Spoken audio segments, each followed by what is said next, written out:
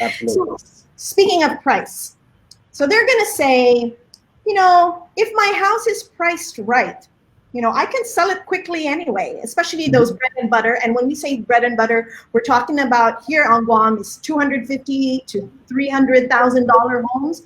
So Okay. they're going to say, well, if it's that price anyway, it's going to move quickly. Why do I even need you, Leah? Why do I need 72 sold?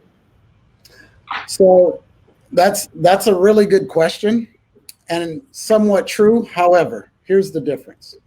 So if you price it low, let's say you price it at $250 or 250,000, I should say, Mm-hmm. and the market is 275. Well, Mm-hmm. if you show the home to just one buyer and they offer you 250, well, the house is sold. Right.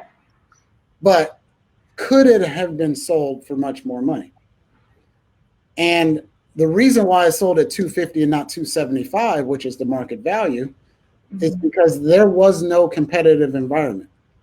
It was one buyer by And that. themselves, liked the house enough to buy it, and therefore they bought it at the asking price.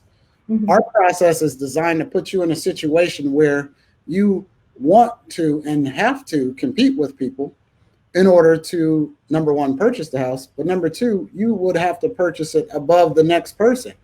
So what's that number?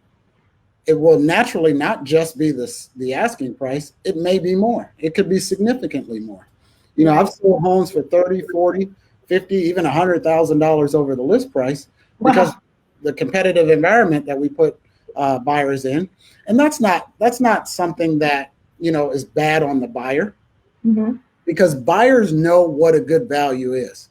And Mm-hmm. buyers know if the market value for a house is 275 and you've got it priced at 250, well, the buyer that's coming in, they're educated enough to know there's so many tools online now that they know that that's a $275,000 house. I wonder why it's 250. They go look, they realize that they're in this competitive environment, and they know that they're going to come right up to the market. Well, I was thinking that this house will be around 275, so I'm gonna make that offer at 275. So the difference is not just selling it, but selling Mm-hmm. it for more money.